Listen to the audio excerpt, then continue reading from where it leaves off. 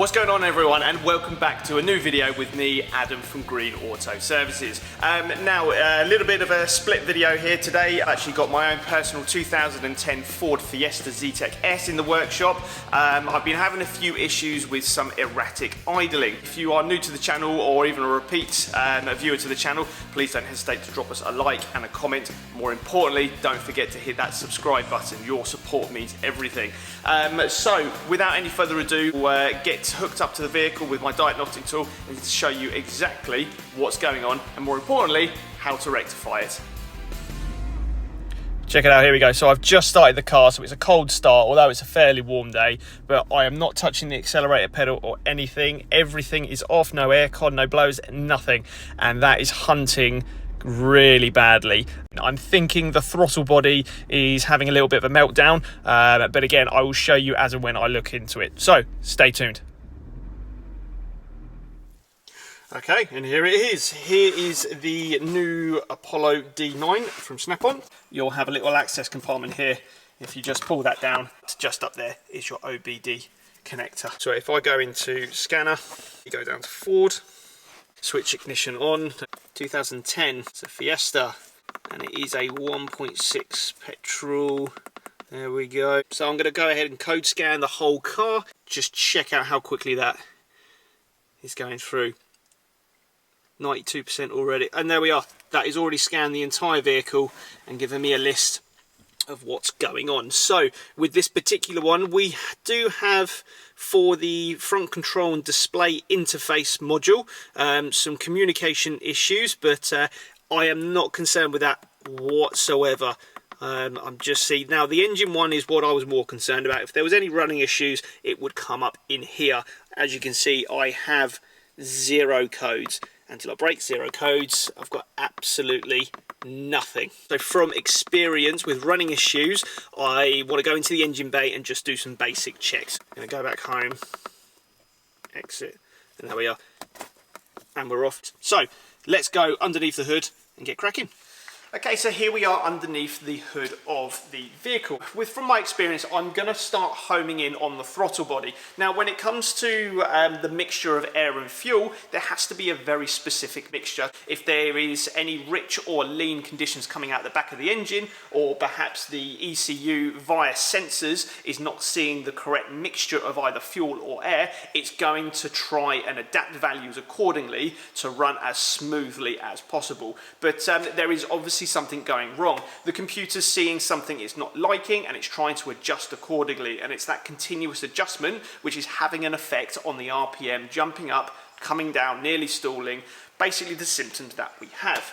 But because electronically it's seeing that everything is responding accordingly okay, then it's not flagging up an engine management light. So the first thing I want to do is make sure that there is no restrictions of airflow coming into the engine. So the first thing I'm going to do is take the air filter out and see how clean, or in this case how dirty, it could be. Okay, so to the right hand side is the air filter housing. This is secured in by 4 T30s, but there is also a mass airflow sensor connected in the top of it. Basically, we're going to go ahead and disconnect that. I've just lifted a red security tab and then just push down the black retaining tab, he says, and it just pops up like that. So I'm just taking off the Jubilee clips that hold this ducting to, and then it's just 4 T30 that secure the top of the airbox down. Okay,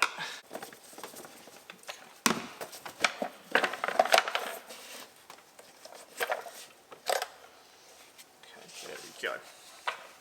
And then here is the air filter itself. It's not actually that bad, but that is not in the greatest condition actually. I'm quite surprised about that. So what I'll probably do, although I don't think that's actually going to be causing our issue with the erratic idle, I am going to get another air filter in to replace that. It's just surface dirt really, but I'm not happy with that being in, so I'm going to get that changed out, because if we're going to diagnose this properly, I want to make sure that I actually eliminate any possibilities that are going to have an effect on it. So I'll get another one in and get that fitted another day. Now the reason I've got you zoomed in on this is because this is the mass airflow sensor. So this is what detects how much air is coming into the system. This is just held in by two T20s and then it just literally slides out. So we can just give this a visual inspection because actually these are quite sensitive parts, and they've actually got a few resistors in there, which although actually does look a little bit dirty. I don't know if you can see that there.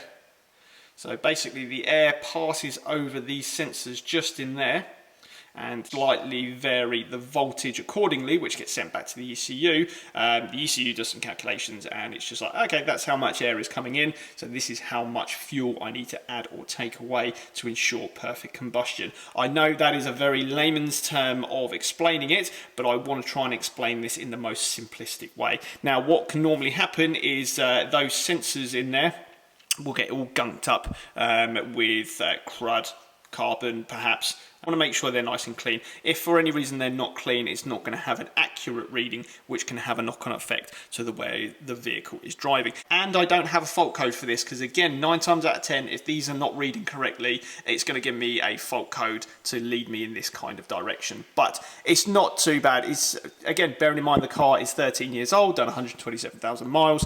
I'm actually quite happy for that for now, so I'm just going to pop that back in once we put it all back together. So from here onwards, let's go down to the throttle body and see what's going on down there.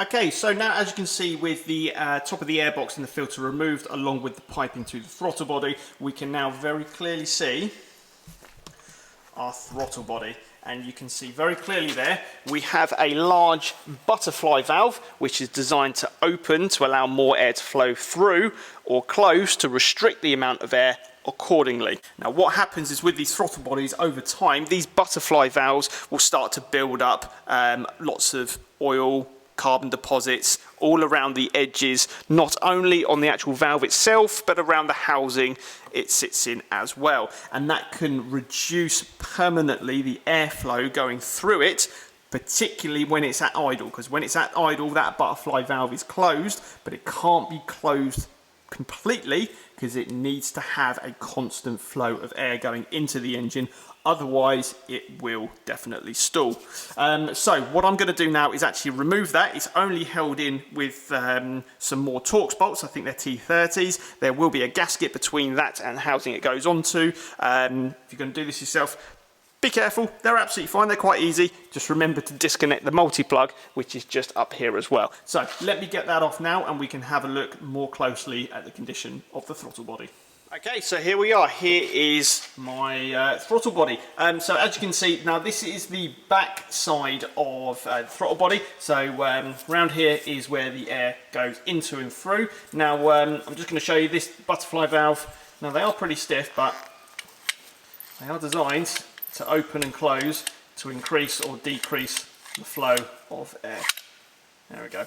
All right. But what can actually happen, although when this is completely closed, even at idle, it's not completely closed, if that makes sense. So this is its maxed out position, but it still does allow air to bypass the valve, because even at idling, the engine needs air to mix with the fuel for combustion and keep itself idling. And now if I spin this around, torch helps. As you can see, there is quite a bit. All that black is all a build-up of dirt, oil, that's just accumulated over a long period of time. So, because I've got no fault codes, I am presuming, but I am not ruling it out, that electronically, the ECU is controlling this absolutely fine. So, what I'm going to do is use some carb cleaner and actually give that a good thorough clean out. You don't need to go too mad. A lot of it will just wipe off. But you want to make sure you get all of it off, because even just the smallest amount of restriction of airflow will cause the engine to run rough. So let's get on and do that now.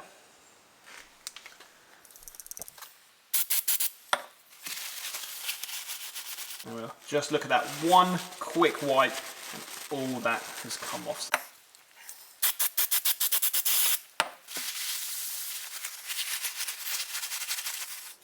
Okay, and just with a little bit of time, with some dry clean rag and some carb clean, as you can see, that is now so much cleaner. So that's the front side, and the backside. Look how shiny that now is. No more black marks, residue, gum, oil, or anything like that. And actually, if you do hold it up to the light, you can probably see there actually, those gaps either side do actually look quite a fair amount wider, which is actually what we want. So now that we know that that is thoroughly clean, and we're going to get this back in the vehicle, hopefully tomorrow morning I'll be able to look at it and see whether or not that is a fix or not. Do not get me wrong though, I do know that underneath this plastic cap there's going to be some electronic tracks that pick up the signal from the position of where that butterfly valve is and send it back to the ECU. There's going to be a few cogs in here as well. There could still be a fault in here. They are physical contact tracks, they're potentiometers, and over time, especially with 13 years, 127,000 miles on the clock, they're going to be moving all over those times, and perhaps we've got a contact issue. But we won't know that until we at least solve the obvious issues first. So this was really dirty, gunked up, now cleaned it up, put it back in the vehicle, and then go from there. Right, okay, back down to my incredibly dirty engine bay. So I've put it all back together. The throttle body is now back in. Word of caution, when you take the throttle body off or in, there is going to be a gasket between the two mating surfaces. You want to make sure that that is in good condition as well. On this particular one, it was a rubber O-ring. It was still quite soft, it wasn't broken, it wasn't perishing, so I am more than confident that that is still going to make a good seal. However, that does lead me on to my exhaust. I do know I've got an exhaust blow, and if the flexi pipe, which I think is between both the upper and the lower lambda sensor, that could be contributing to it. So I do know I've got to replace that as well. But let's fire up the engine now and see if that's had any impact on our running issue.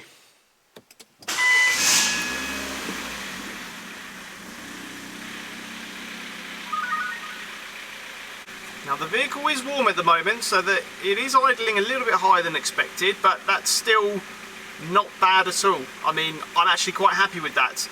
The fact that it's not jumping around, jumping up, nearly cutting out. Let's give it a rev and see what happens.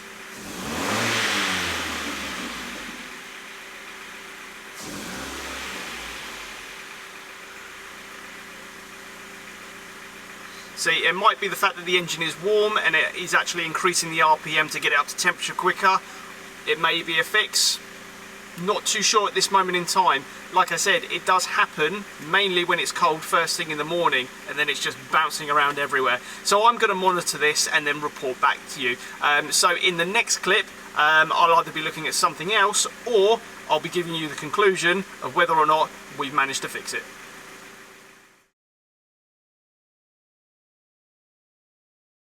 I have already diagnosed it is actually the fault for the problem, but there is a temporary fix. So what you want to do from here, other than actually cleaning the inside of the butterfly valve and the intake, which I've already done, as you can see it's all nice and clean in there. What we need to do is actually remove the back cover to expose the gears and the electronics. And to do this, you just need a small little pick to lift off 1, 2, 3, 4, 5, 6 retaining clips that hold that all in place. So let's do that now.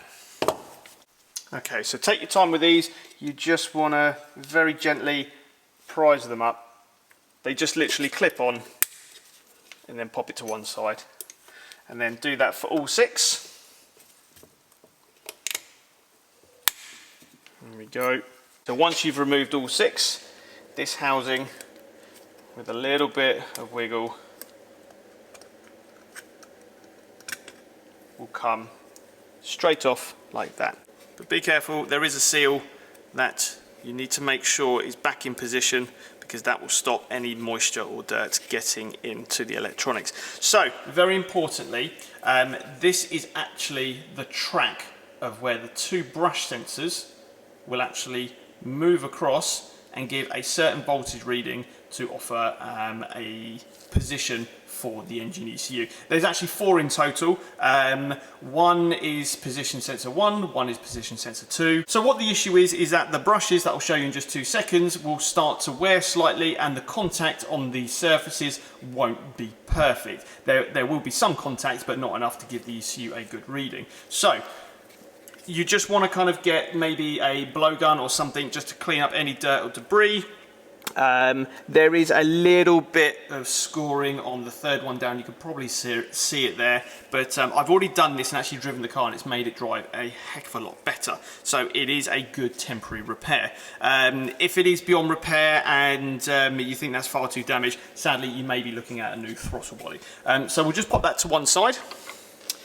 Okay, so here's the inner workings of the actual throttle body. So you have a motor at the base here, which will turn this cog, which in turn has another gear at the back, which will turn the main cog. Now the main cog up here has the 4 brushes that run across the electronic track. And what happens is these brushes found were to, you know, slightly wear, bend down a little bit, and not create such a good contact. So now I've already done this.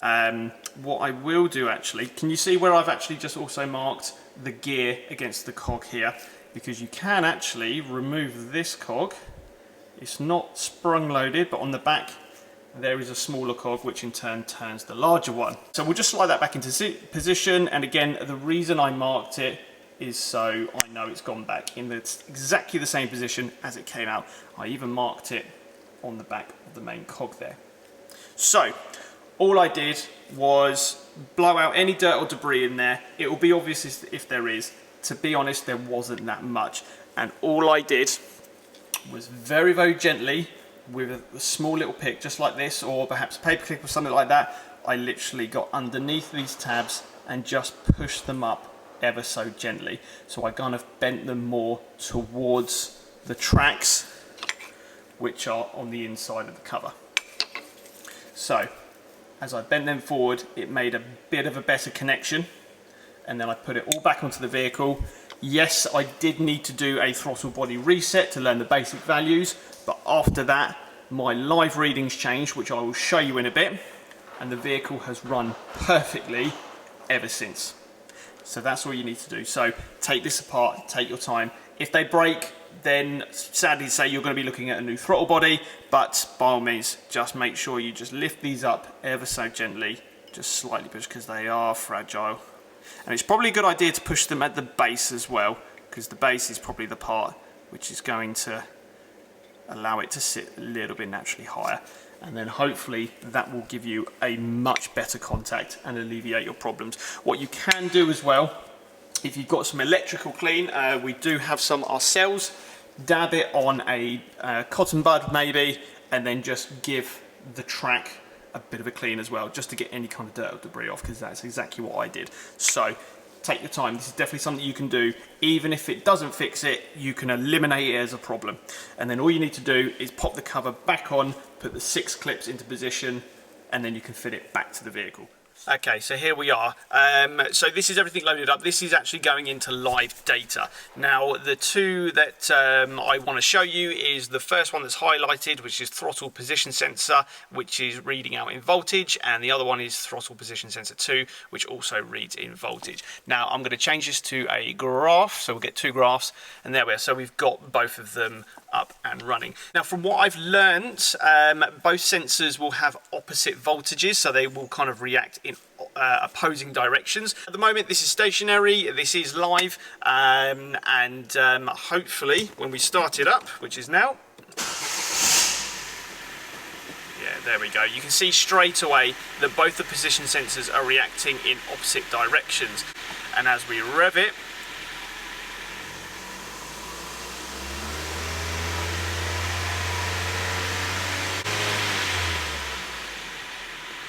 okay.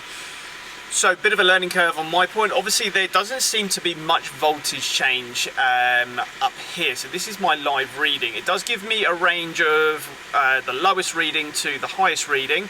Same with this one. So actually there's not much of a deviation, despite the fact that our graph is actually looking pretty healthy and it's reacting to the throttle position. So we're just going to try that again.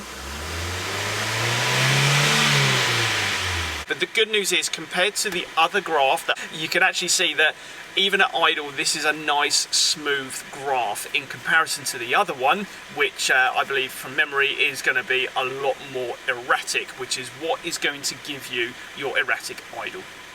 Okay, and very quickly, I've just kind of got the engine a little bit warm and let it settle down. Now, I am not touching the throttle at all, and as you can see, throttle position sensor 1 is on the odd occasion just spiking a little bit and then coming back down.